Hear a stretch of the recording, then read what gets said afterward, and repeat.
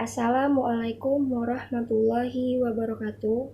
Perkenalkan, kami dari kelompok 5, nama saya Niolinda Kristi. Pada kesempatan kali ini kami akan mempresentasikan tentang keamanan komputer, yaitu membuat web yang berisi materi-materi keamanan komputer. Yang kami bahas di sini ada 4 bagian. Yang pertama, ada dasar-dasar keamanan, yang kedua keamanan sistem operasi, yang ketiga ada malware dan antivirus, yang keempat ada enkripsi data. Berikut adalah tampilan web keamanan komputer yang kami buat sendiri, yaitu pada kelompok 5. Di bagian atas ada beranda, yaitu perkenalan tentang keamanan komputer.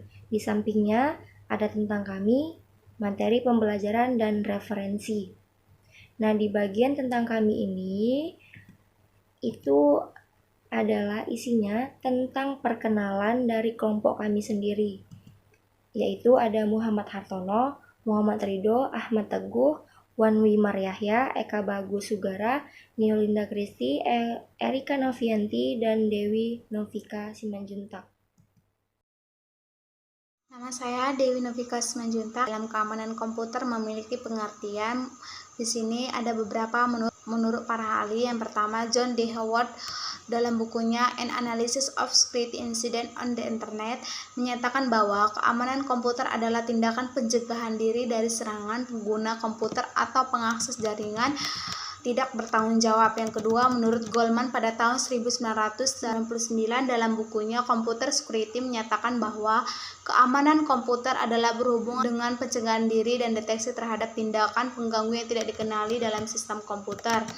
Nah, di dalam keamanan komputer terdapat ancaman komputer.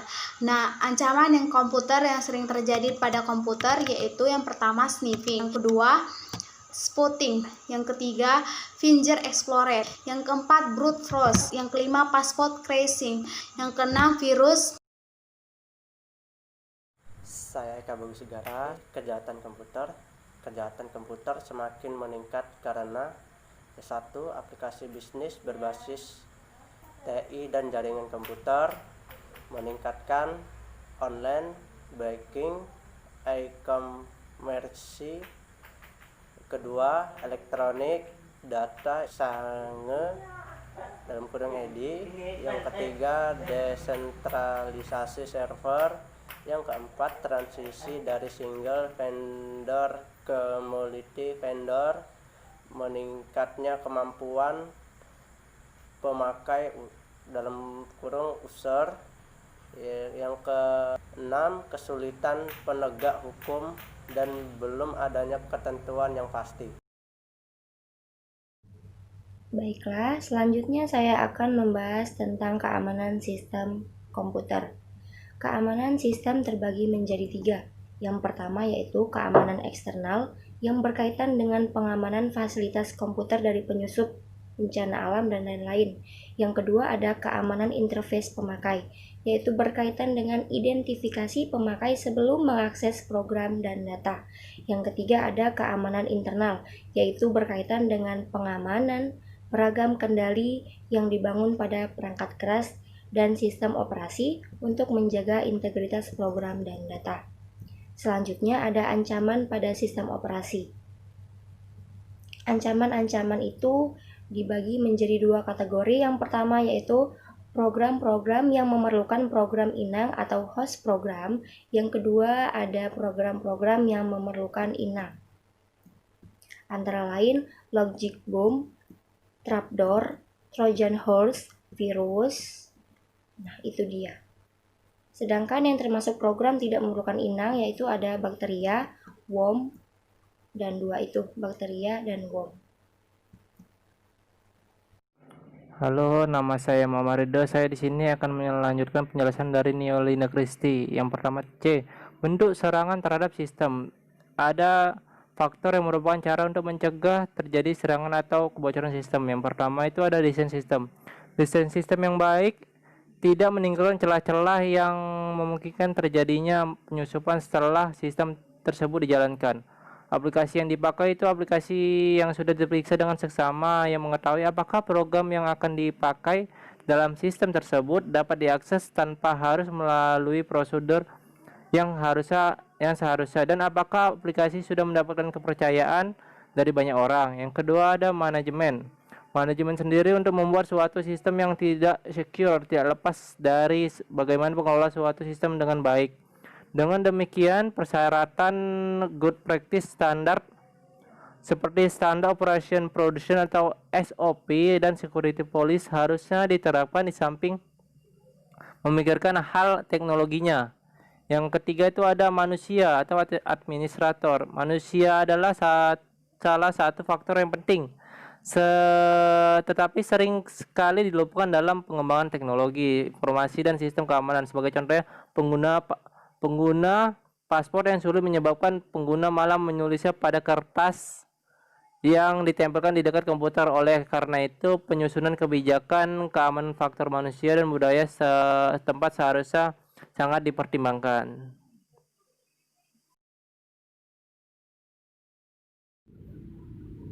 Malware dan antivirus. Antivirus. Antivirus adalah sebuah perangkat lunak atau software komputer yang berfungsi sebagai pelindung komputer dari serangan virus.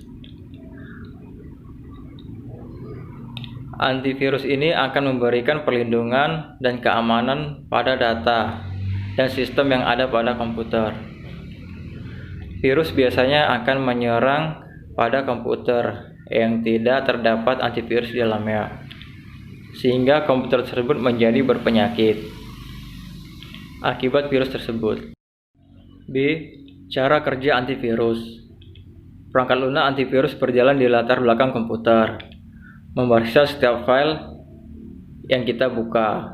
Hal ini umumnya dikenal dengan background scanning, resident scanning, real-time protection, dan lainnya tergantung pada program antivirus. C. Malware. Malware adalah perangkat lunak yang dibuat dengan tujuan memasuki dan terkadang merusak sistem komputer, jaringan, atau server tanpa diketahui oleh pemiliknya. Istilah malware diambil dari gabungan potongan dua kata, yaitu malicious, berniat jahat, dan software, perangkat lunak. Tujuannya tentu untuk merusak atau mencari data dari perangkat yang dimasuki. D. Pengertian virus. Virus komputer adalah program atau aplikasi yang dapat menggandakan dirinya sendiri dan menyebar dengan cara menyisipkan dirinya pada program dan data lainnya. Biasanya user tidak mengetahui jika komputer yang dimilikinya terjangkit virus, sampai salah satu data hilang atau program yang ada pada komputer tidak bisa dijalankan. Masalah yang ditimbulkan adalah virus sering merusak sistem komputer seperti menghapus file, partisi disk. Baiklah, saya akan melanjutkan selanjutnya. Ada jenis-jenis virus pada komputer. ROM menduplikatkan dirinya sendiri pada hard disk. Ini membuat sumber daya komputer hard disk menjadi penuh akan worm itu. Yang kedua ada Trojan, mengambil data pada komputer yang telah terinfeksi dan mengirimkannya pada pembuat Trojan itu sendiri. Yang ketiga ada backdoor, hampir sama dengan Trojan, namun backdoor biasanya menyerupai file yang baik-baik saja, misalnya game. Yang keempat ada Slipwire, virus yang memantau komputer yang terinfeksi. Yang kelima ada Rogue, merupakan program yang meniru program antivirus dan menampilkan aktivitas layaknya antivirus normal. Yang keenam ada Polymorphic virus, virus yang gemar berubah-ubah agar tidak dapat terdeteksi. Yang ketujuh ada Metamorphic virus yang mengubah pengudiannya sendiri agar lebih sulit dideteksi. Yang ke-8 ada virus ponsel, virus yang berjalan di telepon seluler dan dapat menimbulkan berbagai macam efek, mulai dari merusak telepon seluler, mencuri data di dalam telepon seluler, sampai membuat panggilan-panggilan diam-diam dan menghabiskan pulsa. Saya Ahmad Teguh akan melanjutkan ke pembelajaran berikutnya. Itu kita masuk ke enkripsi data. Pertama kita bahas untuk sejarah singkat enkripsi data. Ketika kita berbicara tentang enkripsi, penting untuk membuat perbedaan bahwa semua teknologi enkripsi modern berasal dari kriptografi. Kriptografi adalah pada intinya tindakan menciptakan dan berusaha menguraikan kode, sementara enkripsi elektronik adalah relatif baru dari skema yang besar. Kriptografi adalah ilmu yang sudah ada sejak zaman Yunani kuno. Lalu, enkripsi data adalah bentuk modern dari kriptografi yang memungkinkan pengguna untuk menyembunyikan informasi dari orang lain. Enkripsi menggunakan algoritma yang kompleks yang disebut sipher dalam rangka untuk mengubah data normal menjadi serangkaian karakter acak yang tidak dapat dibaca oleh orang-orang tanpa kunci khusus yang dibuat untuk data tersebut. Manfaat enkripsi, yang pertama, beberapa manfaat yang dapat dari enkripsi itu yaitu kerahasiaan suatu informasi terjamin. Yang kedua, menyediakan authentication dan perlindungan integritas pada algoritma. Baru yang ketiga, menanggulangi penyadapan telepon dan email. Baru untuk kerugian dari enkripsi adalah penyembunyian rekod kriminal oleh seorang penjahat. Yang kedua, pesan tidak bisa dibaca apabila penerima pesan lupa atau kehilangan kunci.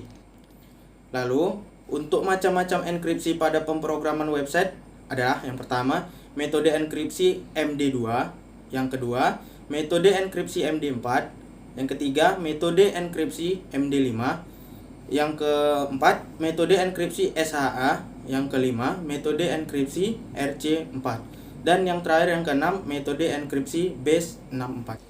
Untuk selanjutnya, tool enkripsi. Tool enkripsi untuk mengamankan file, menjaga data personal yang penting tidak terlalu sulit. Beberapa tool enkripsi untuk mengamankan data personal di komputer. Yang pertama, VeraCrypt atau Windows, Linux, OS. VeraCrypt merupakan pengganti dan update dari aplikasi enkripsi yang populer, TrueCrypt. Yang kedua, AXCrypt atau Windows. AXCrypt merupakan tool enkripsi yang gratis dan open source yang dibuat untuk Windows dengan desain yang simpel dan penggunaan yang mudah dan efisien. Yang ketiga itu ada BitLocker. BitLocker merupakan tool enkripsi bawaan sistem operasi Windows seperti Windows Vista dan Windows 7, Windows 7, Windows 8, Windows 10, dan Windows Server 2008 yang terbaru. Yang keempat itu ada GNU, Privacy Guard. Merupakan tool open source yang mengimplementasikan Pretty Good Privacy atau PGP. Yang kelima itu ada 7zip. Sebenarnya adalah program file archiver untuk mengkompres dan mendekompresi file. Definisi enkripsi data. Istilah ini digunakan untuk menyebutkan penyusunan kode khusus pada data yang dimiliki agar tidak dapat dibaca secara sembarangan. Sebenarnya, untuk mengamankan data, metode yang digunakan tidak hanya enkripsi saja, namun bisa menggunakan tanda tangan digital atau digital signature. Pengertian enkripsi ialah suatu metode untuk mengamankan rahasia. Untuk orang yang tidak menjadikan dunia kriptografi sebagai objek studinya, minimal akan mendengar atau membaca istilah ini pada gadget mereka yang gunakan. Algoritma enkripsi. Algoritma enkripsi sendiri didefinisikan sebagai langkah atau urutan dalam perhitungan dan menyelesaikan suatu kasus dan permasalahan. Sedangkan enkripsi adalah suatu proses pengamanan pesan dengan cara mengubah pesan itu menjadi kode. Jenis enkripsi. Yang pertama itu ada enkripsi Base64. Digunakan untuk mewakili data mentah byte sebagai karakter ASCII. Demikianlah atas apa yang telah kami sampaikan. Untuk lebih dan kurangnya kami kelompok 5 mohon untuk dimaafkan. Assalamualaikum warahmatullahi wabarakatuh.